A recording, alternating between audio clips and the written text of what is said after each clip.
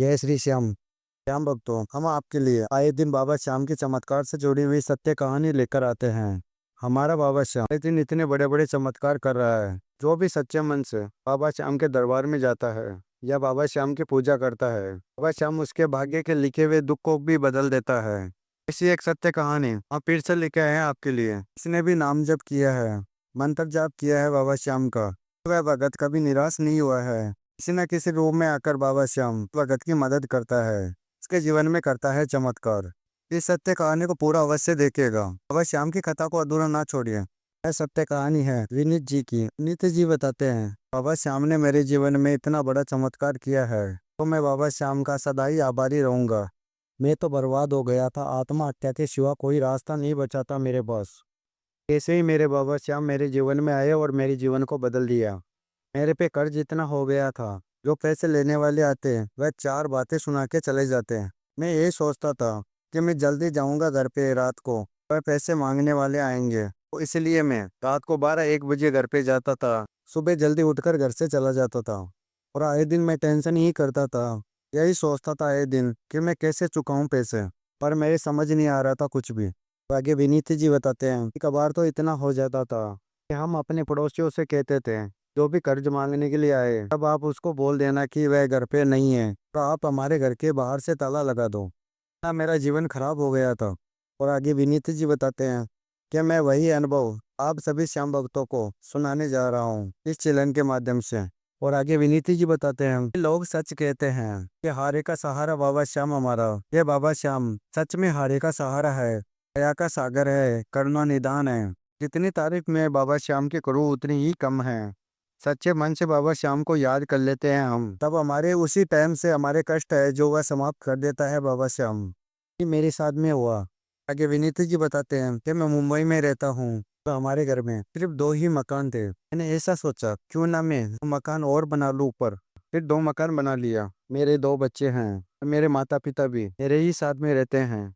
और पास में ही मेरे किराने की दुकान थी, जो मैंने लॉकडाउन में खोली थी। क्योंकि लॉकडाउन में सारी चीजें बंद हो जाती है लेकिन किराने की दुकान खुली रहती है, तो यही सोचकर मैंने किराने की दुकान खोली। दुकान तो खोल ली थी, लेकिन मेरे पास 20-25 हजार रुपए थे। पैसों का सामान मैंने दुकान में डलवा दिया और पैसे थे नहीं। फिर मैंने अपने रिश्तेदारों से, दोस्तों से, बैंक से लोन ले लिया था। इतना कर्जा हो गया था मेरे पे। मेरी सोच ये थी कि जब मेरी दुकान अच्छे से चलेगी मैं सारा कर्जा उतार दूंगा।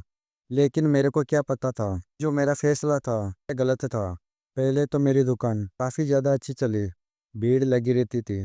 जो मेरी दुकान थी वह धीरे धीरे करके पूरी तरह से कम होना शुरू हो गई। अब मेरे समझ में नहीं आ रहा था कि मैं क्या करूं। मैं अपने माता पिता को बोल रहा था, तब मैं अपने माता पिता के समक्ष रोने लग जाता था। मेरे समझ नहीं आ रहा था कि मैं इतना कर्जा उतारूं तो उतारूं कैसे। फिर मेरे माता पिता यही बात बोलते थे कि बेटा तुम टेंशन ना करो, सब ठीक हो जाएगा एक दिन। फिर मैंने सोचा कि मेरी दुकान तो चलेगी नहीं, तो क्यों ना मैं नौकरी की तैयारी करूं। मैं अच्छा पढ़ा लिखा था। फिर मैंने नौकरी के लिए प्रयास करना शुरू कर दिया। जहाँ पे भी जॉब निकलती थी मैं वहाँ पर इंटरव्यू देने के लिए चला जाता था, पर वहाँ से भी मेरे को निराशा हाथ लगती थी। फिर एक दिन हमारे घर में एक पड़ोसी आया और वह हमारे घर के हालात जानता था। मेरे पिताजी के पास में आकर बोला कि आपके इतना सारा कर्ज है, तो क्यों ना आप बाबा श्याम की पूजा पाठ करो। एक बाबा श्याम ही है जो आपके दुखों को समाप्त कर सकता है। तब मेरे पिताजी ने कहा कि "हम जानते भी नहीं है बाबा श्याम की पूजा पाठ और उनका मंत्र जाप कैसे करें"। उस पड़ोसी ने कहा कि आप बाबा श्याम का नाम जप करो, उनका मंत्र जाप करो, ओम श्री श्याम देवाय नमः। बस आपके इतना ऐसा ही करने मात्र से आपके दुखों को नाश हो जाएगा।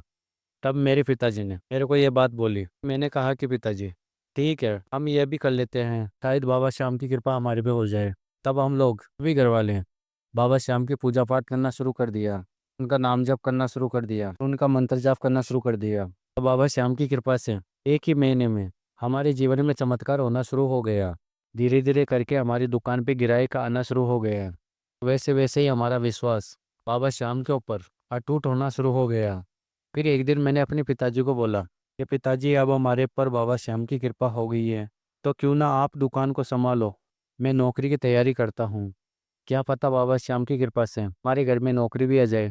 फिर पिताजी ने कहा कि ठीक है बेटा, दुकान संभाल लूंगा, तुम अपनी पढ़ाई पे ध्यान दो। मेरी पहले से ही इच्छा है मैं टीचर बनूं।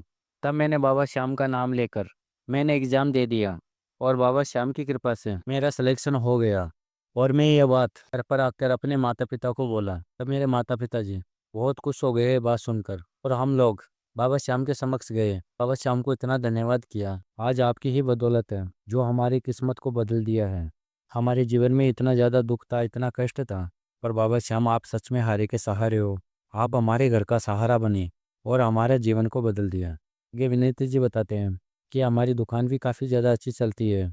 जो मैं सोचता हूँ वह कामना पूरी होती है। मैं सभी श्याम भक्तों से बस यही कहना चाहता हूँ कि अगर आपकी कितनी भी बड़ी परेशानी क्यों ना है, आप सच्चे मन से बाबा श्याम का नाम जप करिए और उनका मंत्र जाप करिए और उनके ऊपर विश्वास अटूट बना के रखिए। बाबा श्याम की कृपा आपके ऊपर भी बनेगी। जो भी आपके बिगड़े काम हैं बाबा श्याम की कृपा से बहुत जल्द बन जाएंगे।